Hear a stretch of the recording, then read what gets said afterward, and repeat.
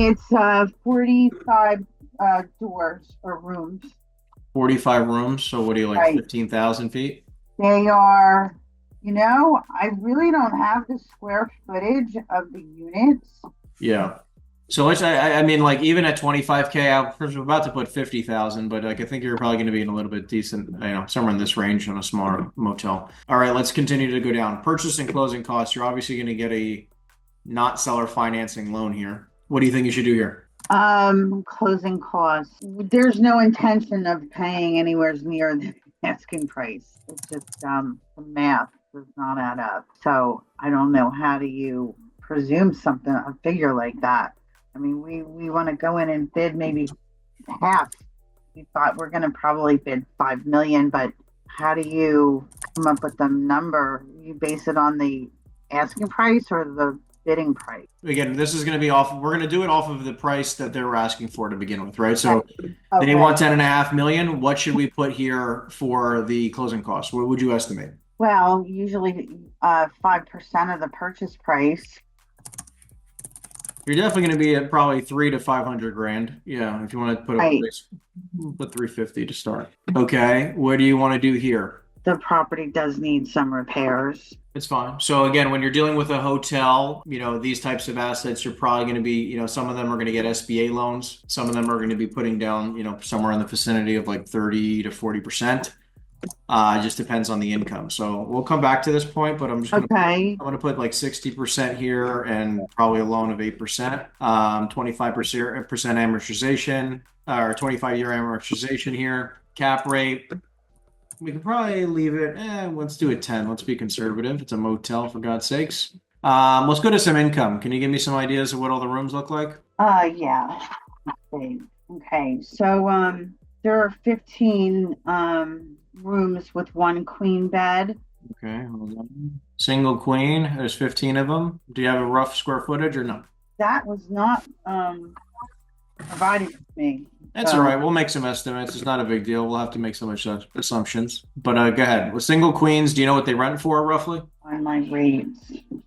Okay. Single queen bed, $253. Okay, sounds great. We got what's the next type of room? You got single queen. Okay. So then I have 8 rooms with two queen beds, and they rent for 298 a night.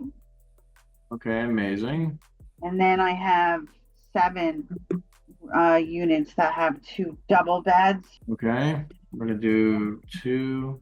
and they rent 346 a night. How many of these do you have? 7?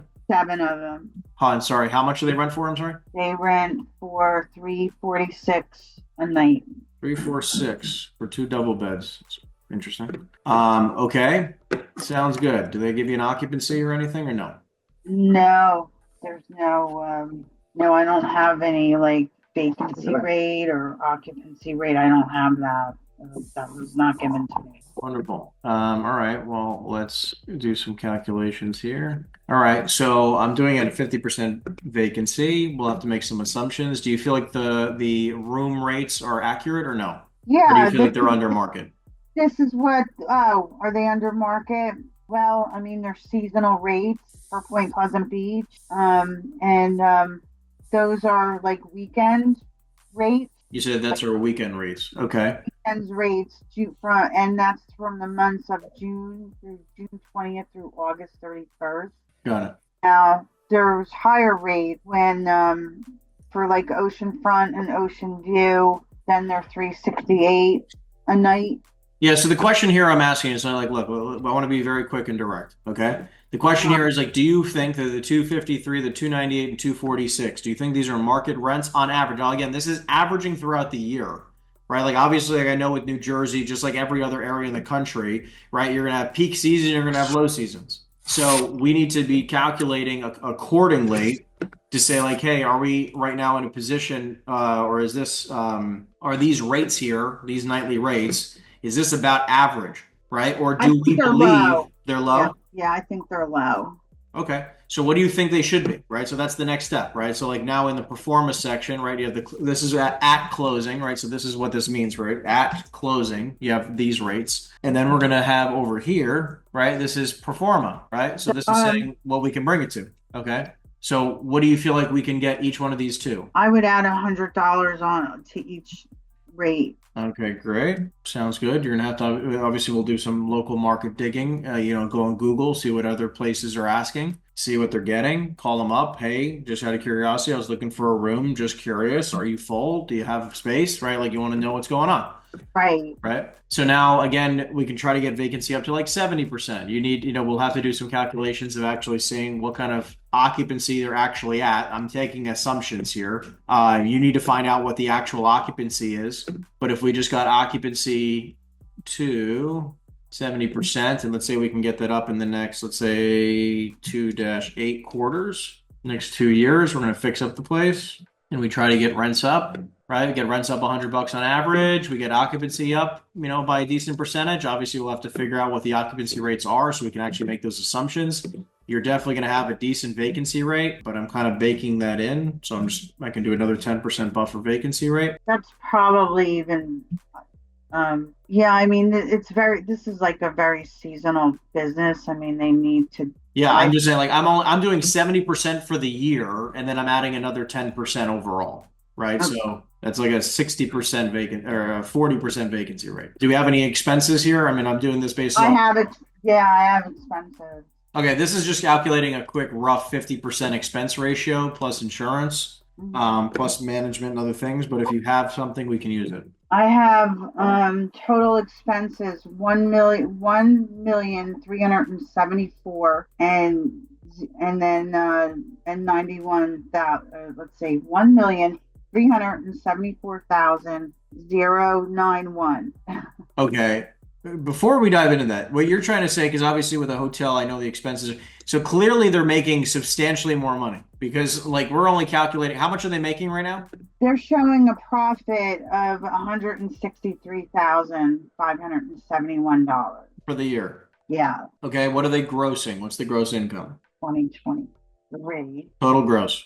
The profit. This is from their profit and loss.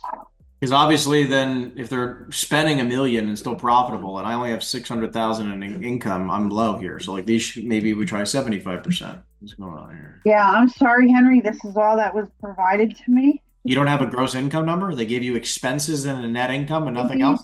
They gave me expenses, and they're showing that their total expenses was $1,374,091, and they're showing that their profit was $163,571. Gotcha. Okay, so hold on. Let's do some math real fast because this is not calculating real fast. So like we're gonna do times, let's say 30 days on average in a month times 75%. There you go. That's what I was working on. And I'm gonna go back to 50%. This makes more sense. Thank you. Okay. Times 30, the room rate. Okay, got it. So it's room rate times 8 times 7 times 30 times 7 divide by. Okay, the divide by E7 doesn't make any sense. Got it.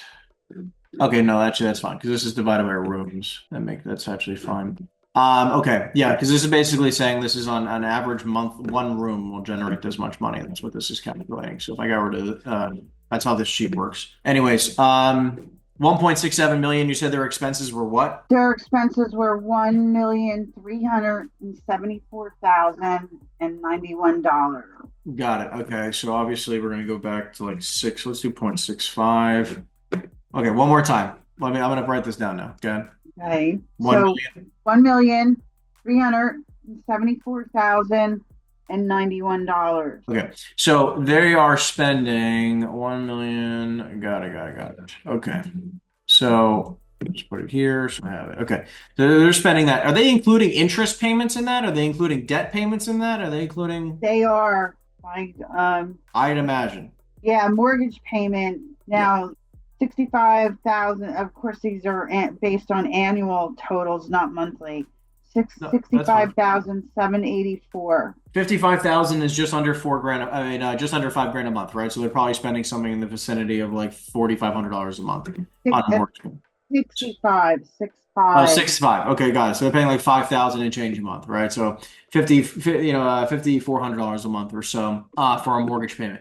So, and do they have interest deductions in there? Um, Taxes? we have taxes, we Yeah. have, So they're running this place at like a 70%, like something probably closer to like 70% in expenses or more. Obviously, we can have a repair and maintenance budget, which is going to be equal to probably the same 5%. So we can even just do 1 second.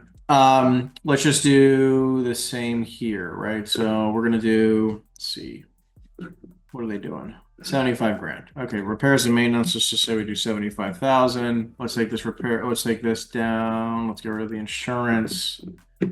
Yeah. Anyway, so they're spending a lot of money obviously in this, and they're running I mean that's typical hotels, right? Like, and they're asking, by the way, they're asking for 10.5 million. They're out of their fucking mind, right? I mean, our debt coverage ratio is like negative a gajillion dollars, right? We are losing so much money on this, it's silly. We're even saying that the future value, right? The cool thing is that the future value of this can be definitely close to 10.5 million bucks, right? So what we're saying is, if we can, obviously it depends on if this is actually accurate. 50,000, like we don't even know their total gross income. So I would get their total gross income, and then you could talk to your buyer and get a gauge of what they're looking, what you think the occupancy percentages actually could be, because we're saying that this building could actually generate something in the vicinity of like 2 and change million bucks a year, which I think is probably accurate. right. And the only problem is, like, how efficient are they actually running this business? So, Plug in all of their numbers here and see where we can cut costs and what's an egregious number and what actually doesn't need to be included, right? My point is that, like, look, future value is 10.5 million. To get this deal to make sense, all we're going to do is play with the calculations. We can see, like, I'll start at like 7 million bucks. You're probably going to start at 5. So the problem is, like, here, even still, like, we're buying it at a 1.5 cap day one. It's just terrible. You said 5 million is what your guy was going to start at? right.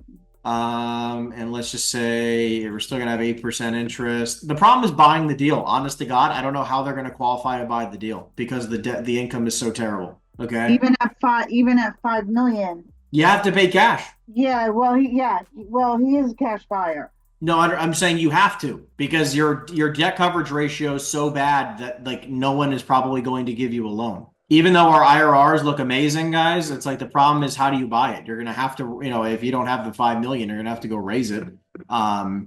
Anyways, it's just, I would say, yeah, I think starting at 5 million probably makes sense. You're probably going to end up somewhere in the vicinity, if our numbers are correct, or somewhere around 7 mil. Yeah. But yeah, I mean, look, best of luck on the deal. If you have any questions or need help negotiating it, let me know. But I definitely take some time. This is your worksheet. So I already gave you the link in the chat.